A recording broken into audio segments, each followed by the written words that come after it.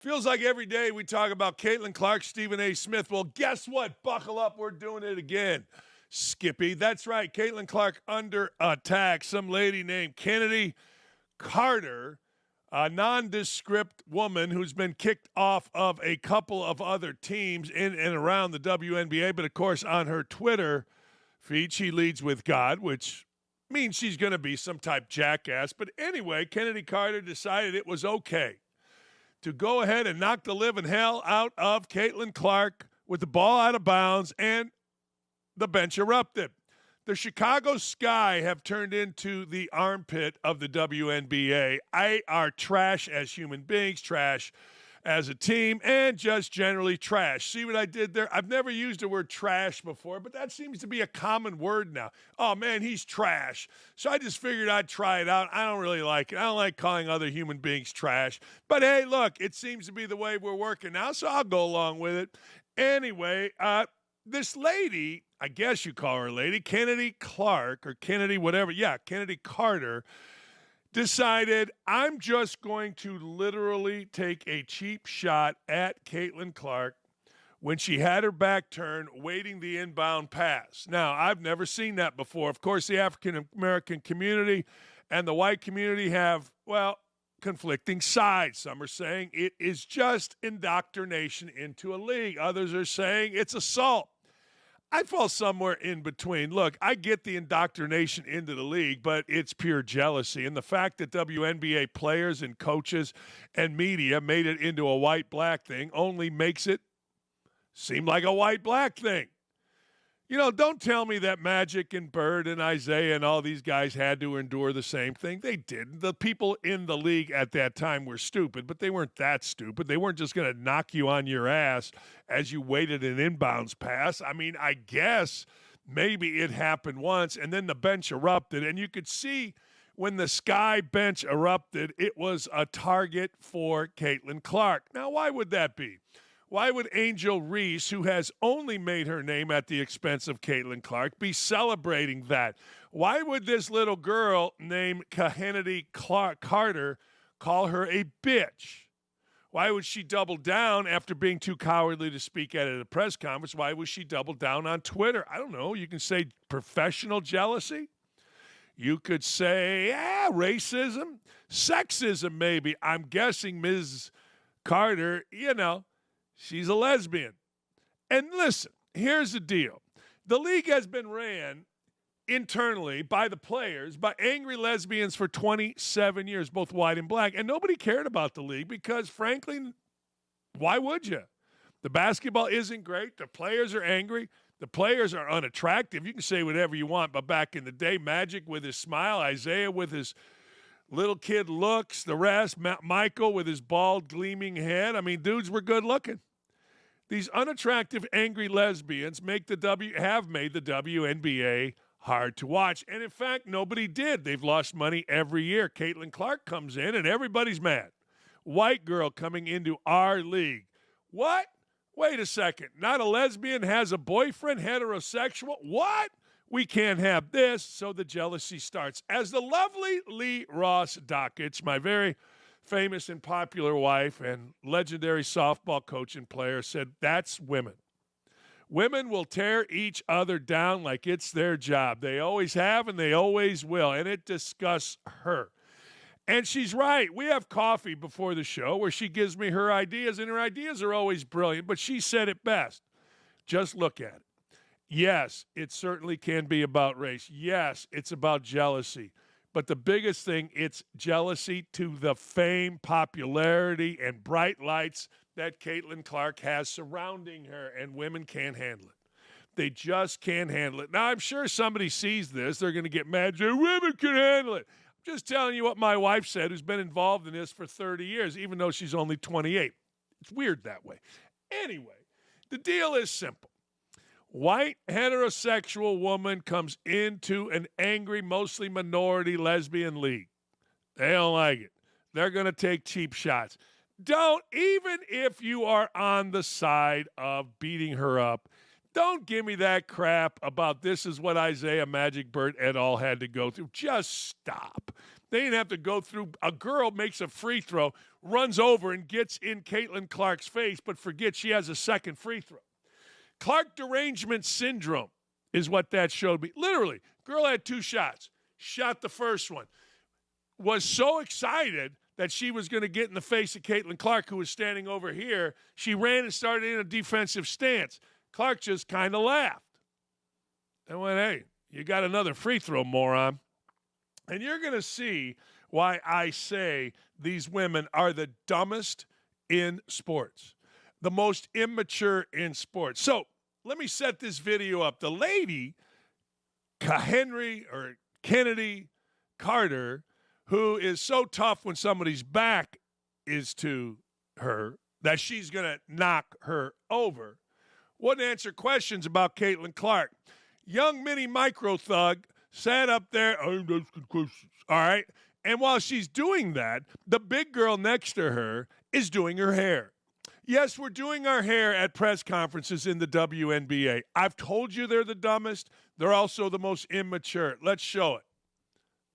Kennedy, on the play before bumping in with Caitlin, it seemed like she turned to you a little bit after the Fever I score. didn't answer no Caitlin Clark questions. Did she say anything to you? I don't know what she said. What'd you say to her? I didn't say anything. That's enough. We didn't get. I sent you guys specifically the one where the girl's doing her hair. The one did her hair. The big one on the side who's just sitting there looking all stupid, she's doing her hair. This is the worst. These are the most immature, dumb athletes in America, period. Period. Now, they're also the most cowardly. They're also, I'm guessing, the most protected. I mean, damn, it is Pride Month after all. And we've already seen a bunch of white dudes walking around naked in the streets during parades. We've already seen that. Pride my ass. Where's the pride in this? So, the young lady, Kennedy Carter, decides, yeah, I'm not answering questions because that would mean she would have to face somebody. So what did she do? She did what every coward does. She took to Twitter, X, and started liking tweets about her dirty play. She started liking tweets. I'm showing you I'll like tweets. That's right. I'm going to like tweets. This was a crazy-ass flop. No one should have fallen down like that. I fear I'm a Kennedy Carter stan forever now. Kennedy Carter, get here one more time for me. Oh, okay. All right. So instead of actually being a human being and facing the music, she went as a bot. She decided to go bot. I'm going to like tweets. I don't want to talk about, I ain't answering no questions. I got to like tweets instead of answer questions. It's typical. If you want to know why the WNBA is, stop bumping them MF gums then. Found the right one. Let them know, Hollywood. Put Caitlin Lil ass in a basket. Caitlin don't want that smoke with Kennedy Carter. Some real geniuses on here. I love the geniuses. The genius is, I don't want that smoke. Okay, we don't want that smoke. The level of stupid is glorious, and I am here for all of it. All right.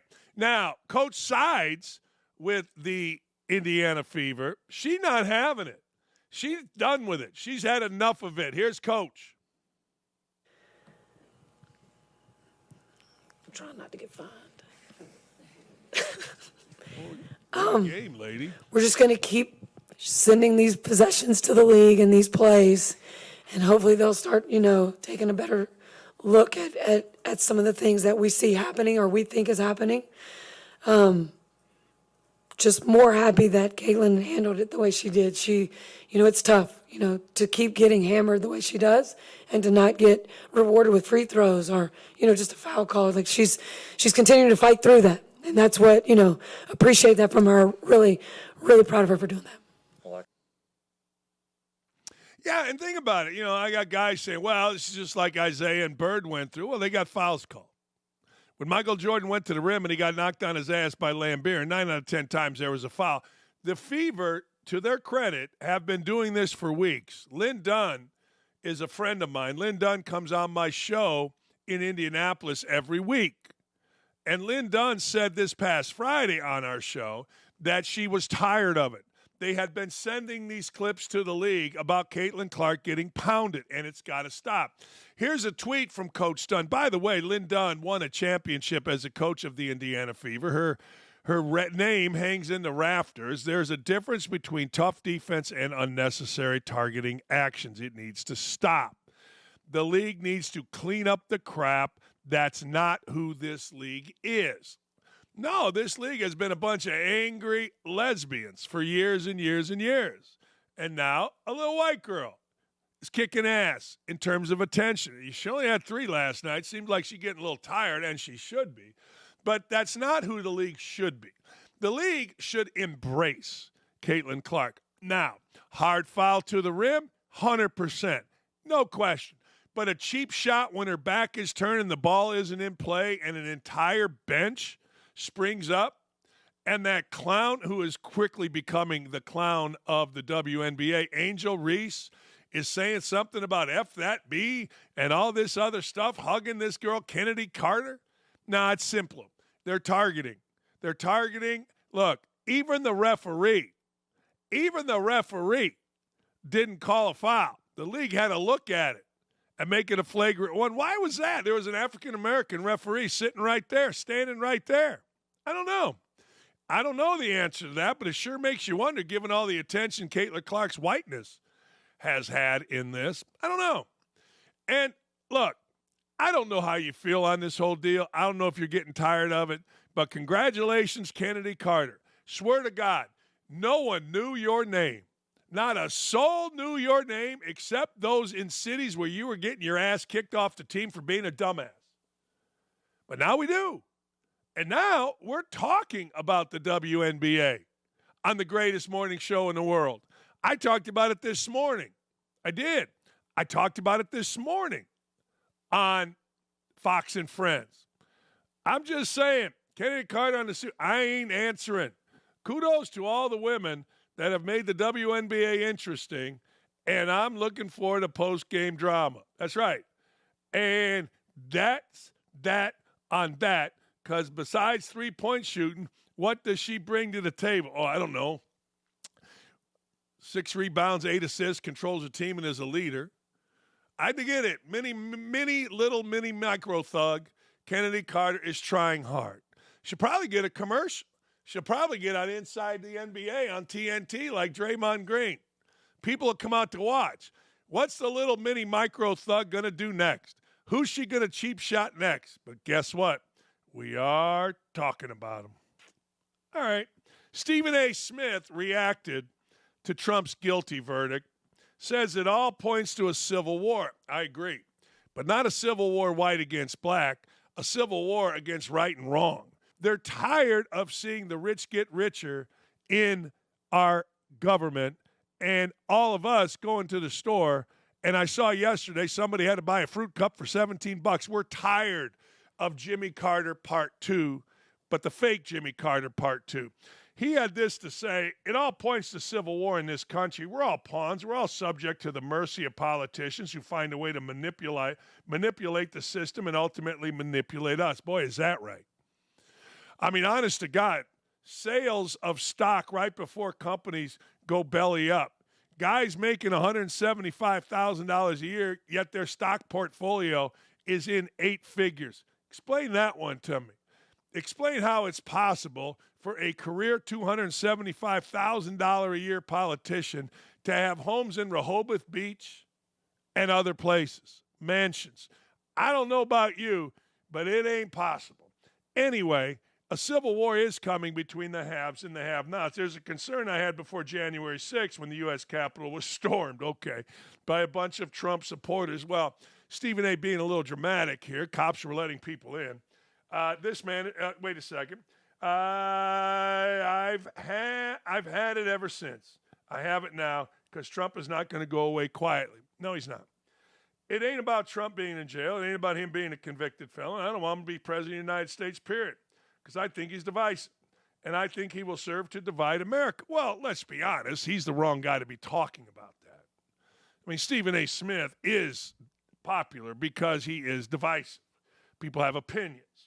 The man is a problem. He's not about galvanizing and bringing people together who don't support him, only those who do. I think he puts himself above America. Maybe. But I also think he did a hell of a job as president. I do. I think he did one hell of a job. When he was president, the stock market was rolling, the borders were closed, gas was flowing.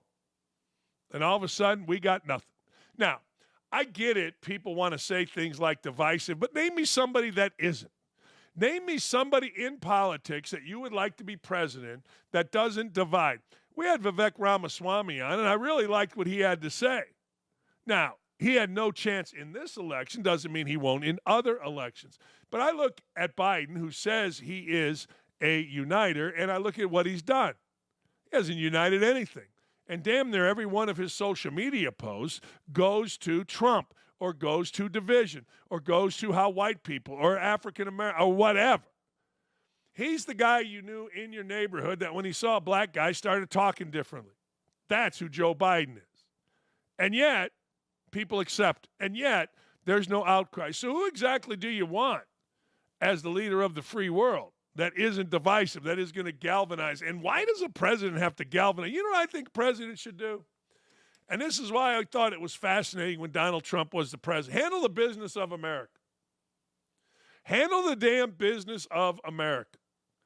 I mean, it's a free country. You handle the business.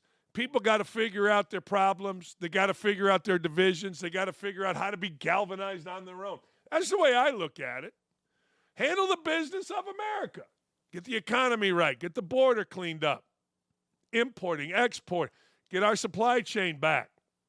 Get our food prices down. Where's the oil coming from? Why do we have more liquid gold than any country in the world, but we don't get it? Handle the business.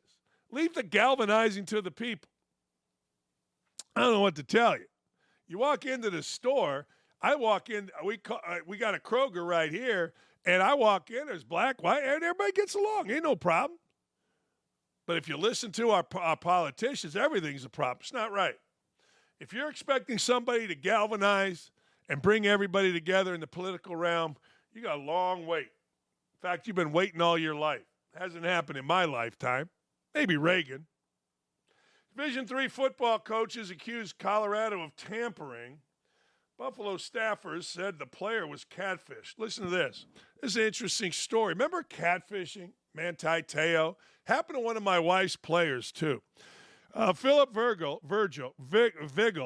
head coach at Colorado State Pueblo, took to social media to accuse the Buffalo staff of the behavior, posting screenshots of what seemed to be a text message exchange between one of Vigil's future players and Colorado assistant coach and director of player personnel, Devin Rizpress. The messages were screenshot from the player's phone, and the image showed a staffer asking if the player was a full commit to CSU Pueblo. When the player responded yes, a new message arrived asking if the player would consider switching commitments. Virgil posted a screenshot and went after Colorado's program, including Sanders. Hey, NCAA, Big 12, is this considered tampering? Or is Rizpress and Colorado able to recruit our players like this? He wrote, tagging Sanders with a thinking and shrugging emoji. Here it is. I mean, take a look. I'm not mad at any of this, except, well, nice try. Y'all been catfished, wrong guy, brother. You could have hit me up before tweeting this, and you've embarrassed your program. English being a third language in the world we live in. Nice try. Y'all been catfished, wrong guy, brother. Okay. All right. Well, you know what? It is embarrassing, and I don't understand why people just don't make a phone call. I don't understand if you have a relationship or you're going to accuse a program of something. I don't understand why you just don't call this guy. Say, what's the deal, man? I mean, what's the deal?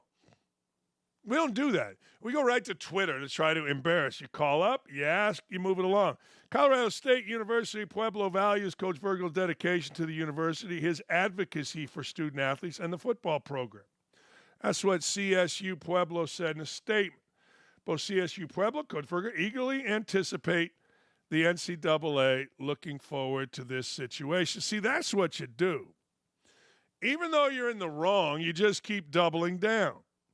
Even though you are wrong, hey, Joe Biden, he's eventually going to tell you gas prices are down from when he took office, and he's going to tell you that food prices are down from when he took office. It's just what's going to happen. Now, I don't know what's tampering. I don't know what's not tampering. Apparently, the exchange between Riz Press and the player never happened. He claims someone was impersonating him. Been catfished. All right. Okay. Look, I got nothing. You get catfish, you get catfish. Raise your hand here who hasn't been fooled by a fake account on Twitter. I have. Shoot, when I get fooled, I delete and move it forward. I'm like one of those professional athletes. Nothing to see here. What do professional athletes say? Only God can judge me. I'm a man, and I'm not thinking about the past. I'm only moving forward. Every single dipstick athlete does that. And I got to tell you, that's all you do here. Deion Sanders is mad. Deion, go over there and be mad. Get public and be mad. Do whatever you want to do. I don't care. Draymond Green. Draymond Green took a good show inside the NBA and turned it into crap. He did. It was unwatchable. Like, I don't care whether you're white, black, green, or purple. I want Charles. I want Charles Barkley. Look, halftime is when I'm usually going to go take a dump. It doesn't matter if there's 6 men, 6 women, 6 white guys, 6 black guys. I can be bored by every diverse group, even if it lacks diversity. And I got to tell you, I watched about 5 minutes of Draymond Green, and that's enough. That's all I needed. I'm like, yeah, I'm going to go do what I do at halftime. Take a good one and turn on 2.5 men. And then when I feel halftime's over, turn it back. But I don't blame the Minnesota T-Wolves from doing this a little differently. They did this. They said, appearing as an analyst on TNT's Inside the NBA throughout the Western Conference semifinal round between the Mavs and the Timberwolves, Green often criticized Minnesota's big men, including claiming Gobert was barbecue chicken, while defending Mavs star Luka Doncic and claiming that Towns lied about his pregame preparation. Timberwolves were not happy with Green's remarks and planned a boycott of on-court interviews with Green and the panel following their Game 4 win over the Dallas Mavericks. That's according to Shams. Anthony Edwards was surrounded by a tight-knit group, one with such strong chemistry that it decided as a group that no player would appear on TNT's Inside the NBA postgame show after their victory, team sources say. The decision was a sign of support for Gobert and Towns, who were the subject of derisive and seemingly personal criticism from panelists and Golden State Warrior Draymond Green. No NBA or no Timberwolves player would appear on Inside the NBA again in the season. Yeah, that's the only power you have. You know, it's kind of interesting. It really is fascinating. Here's the deal. The deal is simple. The deal is this. You only have one thing at your disposal. One. And that is simple. Boycott. I ain't going on. I will not go on that show. I'm not doing it. I am going on other shows. I will go on shows that treat us fairly. Look, basketball players know that being a rich bazillionaire playing basketball, criticism comes with the territory. But I agree, this got a little ridiculous with Rudy Gobert. All of a sudden, it was like Rudy Gobert couldn't play dead. It was like all of a sudden, Rudy Gobert was awful. I mean, Rudy Gobert pretty good. Now, I get it, Shaq kind of started it. Others reacted to it. But the fact of the matter is this. The fact of the matter is Rudy Gobert has been damn good, and his team is in the finals where Draymond Green's fat ass is sitting at home. Why the personal attacks? Okay, I get it. You know, Karl Anthony Towns said that he shot 1,200 jump shots, or 1,500, I think it was, every day. Nobody in the NBA shooting 1,500 jump shots every day. I'm sorry, they're not. Off-season, hell yes. Now, no. And they called that out. And you know what? Somebody might say that's fair. there's a little bit of analysis there. But calling a guy barbecue chicken or whatever stupid stuff that idiot Green says, yeah, I ain't down with it. Yeah, I'm not with it. I'm not. That's just silly, personal, and I don't blame. Good for the Minnesota Timberwolves. But you got to go talk to Charles. Charles is my guy. I mean, look, again, I watched enough. When they put Green on, I wasn't watching. I was, and I missed Charles. But good for Charles. He gets to go on a vacation. The offensive coordinator for the Lions, a guy named Ben Johnson, detailed his decision to turn down head coaching jobs in the NFL. Now, remember, there's only like 32 of these. So he stayed with Dan Campbell and the Lions. Think about this. Guy turns down $1 million jobs. He's making $1 million, I'm guessing, to stay in Detroit with the Lions. This might be Dan Campbell's best attribute. He inspires incredible loyalty to the Lions. To him, okay. But to the Lions? To Detroit? Good for him. When it boils down to it, I wanted the sunshine a bit longer. Aw. That's really what it comes down to for me. I like the sunshine. I like what we've built here, starting with ownership, the head coach, the GM on down. We have a great group of guys in the locker room, and I want to reap the rewards with them a little longer. Here's your problem.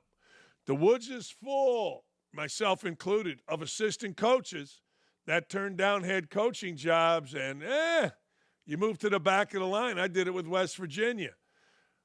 All kind of guys in the NFL that were the hot guy, and next thing you know, the Detroit Lions go back to being the Detroit Lions. Maybe Caleb Williams becomes great year one. C.J. Stroud, like you lose a couple times to the Bears, and next thing you know, you're not in the playoffs. Are you still the hot guy? The answer is yes, because if that clown Eberflus could get a job off of the Indianapolis Colts staff, anybody can get a job as an assistant coach anywhere on any team at any time. So I'm arguing with myself right here. When I look at it from that perspective, if I get the opportunity to go down the road, it's about how do I get that second contract? How do I set myself up? The stars need to align. I'm not going to do it just to do it. I love what I'm doing right now. Love it. Love where I am. My family loves where we're at. Love the people we're doing it with. So I'm not willing to go down the other path yet unless I feel really good about how it's going to unfold. That's right. It's pretty smart. You know, there's a saying in coaching, don't screw with happy. Well, there's actually a lot of sayings, but that's one of them. The other is only go somewhere you can win. What's a good job? One you can win at. When I went to Bowling Green as a head coach, it might have been the worst job in the MAC. They had had a good year the previous year, but lost Antonio Daniels, Jay Larinaga, and a couple others. And had the worst budget in the league, the worst gym in the league. But I didn't care. I just wanted to get away from Bob Knight. Had to. Well, there are always reasons that you take jobs. If you're totally happy, I wouldn't have left Indiana if I liked hanging out with Bob Knight and liked being around the people that I was being around, but I didn't like any of them. So I got the hell out. But if you like where you're at and you think you're going to win, and next thing you know, the players you're with are fun to be around. You know, it's funny. You go in when you're coaching, and initially it's kind of like a feeling out process with player and coach. And then all of a sudden you realize, and you don't even realize you're realizing it, follow me here, until you realize it, that it's kind of fun. I like going to work every day, even when we lose. That's pretty good. Yeah. So there you go. So good for Ben Johnson. You know, you hope he gets another chance. You do. You hope. Yeah. I guess I went backwards on this. I apologize. I went backwards. I screwed it up. Anybody surprised that I screwed this up? Huh. And hey, it's Monday. Get off my backside. Story number 6. That was a Joe Biden moment for me. They write down top story 6. NBA Finals preview. Mavs against Dallas. Here's an interesting thing. Kristaps Porzingis, he of the mediocre to bad eyes. He may play. They're saying he may play. Now, you got to understand something about sports, and I've told you all this for a long time. Different operations operate differently. What? Meaning, I'm going to give you a story about the Colts. When a Colts player is out and he's day-to-day, we know that means a week or more, week to week. You see where I'm going here? Somebody's out week to week, that means month to month. Month to month means he's going on IR. It's that simple. Now, I'm not exactly sure what the Boston Celtics do in these situations, but I do know this. They told us that Christmas Porzingis, well, probably be ready for Game 4. Maybe they didn't need him in the previous series against the Pacers. I don't know. Obviously, they didn't. There was a Game 4, but there wasn't a Game 5. But anyway, longer rest. We'll see if Porzingis is back. That's a big deal. Of course, it's a big deal that Kyrie Irving returns to Boston. Kyrie Irving had a cup of coffee in Boston, and I got to tell you, I've said this before, and I'll say this again. When I watched Boston play the Pacers when Kyrie was in Boston, he was unstoppable. I'm not going to lie to you. I sat there and went, I've always liked Kyrie Irving. I didn't care whether or not he said the earth is flat. I'll make fun of guys for that, but as a player, he's the closest thing to Isaiah Thomas I've seen. And I got to tell you, man, I'm looking forward to seeing how he handles the booze, how he handles Boston. Somebody will say, mark my words in this, they called him a racial slur. Yeah, I don't know if they did or didn't. Who knows? Boston has that reputation, so that's going to come out eventually. But I'm looking forward to, man, how does he go at Jaylen Brown? How does he go at Derek White? Never thought I'd be saying how does he go at Derek White. So who has the upper hand? You know, there is a theory that when you've got two high-scoring guards like Kyrie Irving and Luka Doncic, they should have the upper hand. And maybe that makes sense. But man, oh man, watching Boston, smartest team I think I've ever seen. Smartest guys on a basketball court I think I've ever seen. Even when one guy isn't in position, other guys move him into that position. Experienced guys. You think Al Horford's going to be bothered by the crowd in Dallas in an NBA final? No, he's going to lift up, and he's either going to make a bunch of threes or miss a bunch, but it isn't going to have anything to do with the crowd. Same thing I believe with Jaylen Brown. Same thing I believe with Jason Tatum. The X factor is Porzingis and how you put Porzingis in, but I think Boston has the upper hand here. I think Doncic, I hate watching him play. My Serbian brother, I just can't stand watching him play, and now he's in the finals, and maybe, hopefully, I will like watching him play. I've always liked watching Kyrie Irving play. This lively kid gets after the boards, but I don't think Dallas has enough.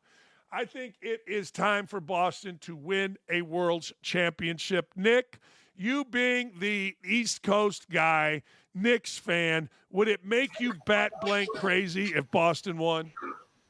No, because I actually really like Boston. I hate the Yankees. Will always hate the Yankees. I became a Red Sox fan because of it. I'm live, breathe, and die New York Mets, but I'm totally okay with it. Who wins the series in your mind? Celtics. Probably in 6. How I many? stand by my my bad take from Friday. I stand by it. What was that take? It was Celtics in 6, and then Dylan decided to flame me on it because he thinks that the Mavericks are gonna go pretty far as well and give them a run for their money. I say Celtics in 6. Well, I mean, it isn't like it's a sweep if you get to 6. I mean, 6 means they've won 2 games. I mean, what the hell? Yeah, blame Dylan. I'm blaming It's on Dylan. him. Who is the most important role player? Derek White? Is it Lively? I mean, you know, P.J. Washington, Al Horford. What do you got? I think P.J. Washington is for sure a game changer, but at the end of the day, it's like you said before, Al Horford is incredible to watch. I think he is a stud. So I'm going to go with Al Horford, but P.J. Washington is a very close second. P.J. Washington makes big shots, man. Yeah. He makes big shots. Just as big as Kyrie. I like Lively, though. Lively's going to have to go rebound because the Celtics do get to the offensive glass, or at least they did against the Pacers, and the Pacers are pretty big. So I'm not mad at the Celtics rebounding. I agree with you, especially up against Miles Turner, who literally looks like 2 of me stacked on one on top of another. Soft. That's a big boy. That's a big soft man. Big soft there man. It is. There it is. $20 million a year. The Look at Mavericks that. did, in fact, have a yeah. There you go, Nick. There See you what I'm are. saying? Oh, freezing cold takes. What'd you say? Mavs have no chance. Celtics are too strong and won't even be close. Maybe 6 games, and I don't see it. The Mavs did, in fact, have a chance as the finals went to 7. When was this? Dylan cooked it up in his little meme generator. Oh, I got it. Okay. I actually thought I thought it looked weird because freezing cold takes have been on my ass for years. So that was fake. All right. I thought it looked fake. I like got when the Dylan cooks water things up. boiling. I got the water boiling, and he just cooked it up right there. I saw him. Look at Dylan. All right. They have no chance. Well, look, I think this. I think the Mavs do have a chance, but I'm watching the Celtics in person. You see how connected they are. You see how together. You see how smart. And everybody can make shots. Like everybody. Derek White made the big shot right corner. It is what it is. Hey, thanks for being here. If you're an OutKick fan, you know we give it to you straight. Here on Don't At Me, we have a ton of fun. More content right here. And while you're at it, sack the hell up and be sure to hit that subscribe button now.